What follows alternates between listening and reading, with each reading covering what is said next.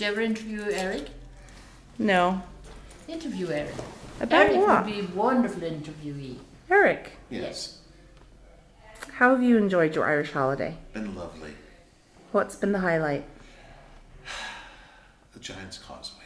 Yeah, that was pretty lovely. Now back to Evelyn.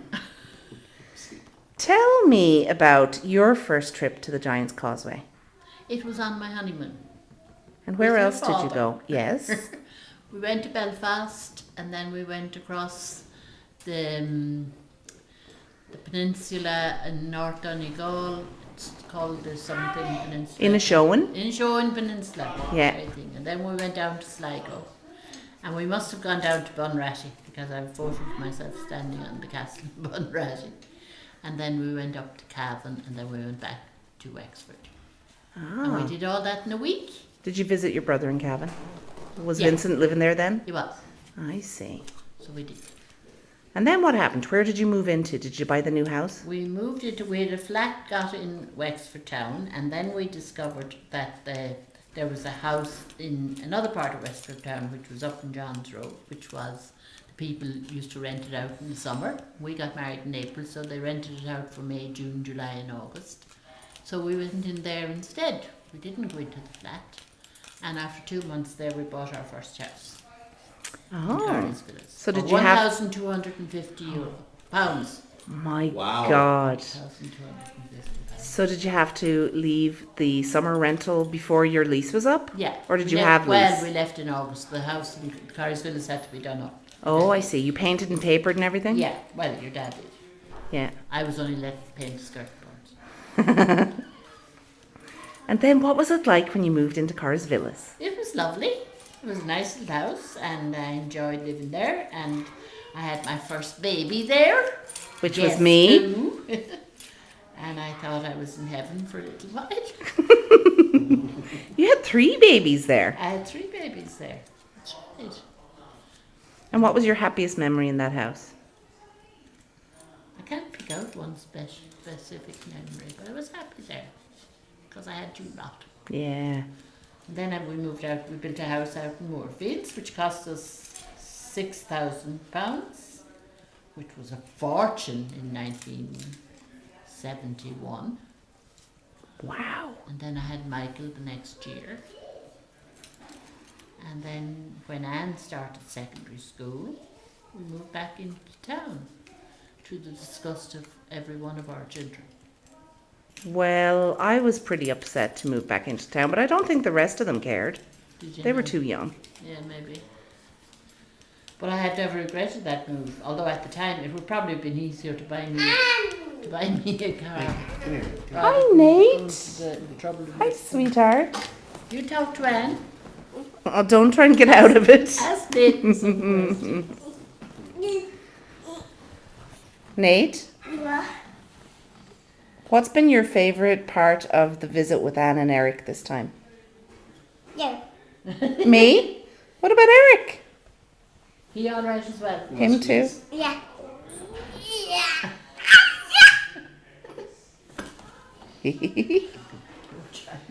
That come from right down.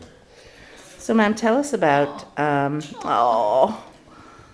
us about how you ended up doing substitute teaching for Dad when he was out of town on meetings and stuff. Well, I did substitute teaching for other teachers. I started Let doing me go. substitute teaching when September after I got married. Because in those days No, you could teach if you just had your leaving cert, which I had. So somebody was looking for a substitute, and I'd say your father probably volunteered me.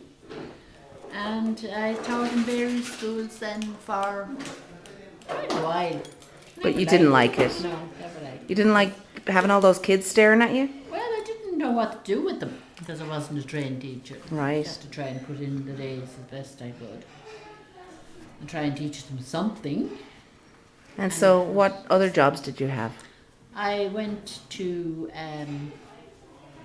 when we moved back into town, I got a job as the technical manager secretary in a place called ABS Pumps, which manufactures submersible pumps. Submersible pumps? Submersible. For under the water? Exactly. and I stayed there for 2 years, and then things were going a bit iffy, so I gave up.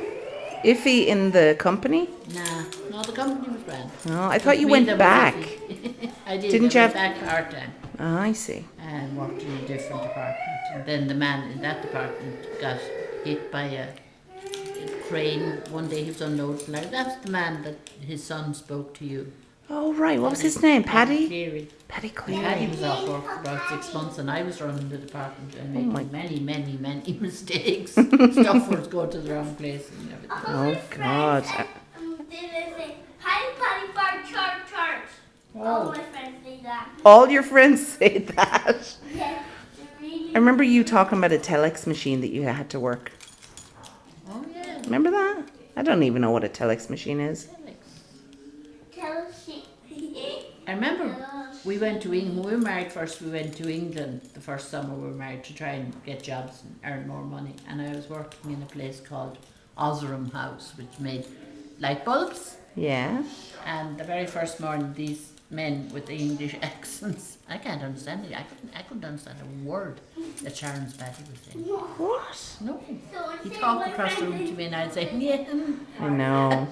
I was kind of doing the same. He's very hard to, maybe he's just hard to understand anyway, but I think it's the English accent. But I had this one man and he kept telling me, he dictated a letter to me and I said, I'll just type this now, how many copies do I need? And he says, oh, you put it on a banda. And I said, a banda? And he said, yeah. And I said, right.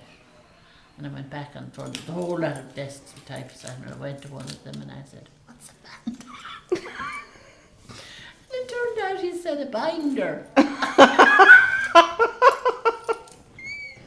banda? She says, I never heard of a banda. I had to go and ask somebody else. And eventually I was there for about 3 months and I didn't like it. I don't think I liked work. So you and Dad both went over to England, to the London? The first year. No, not the first year. We didn't go there in 62. We went in 63.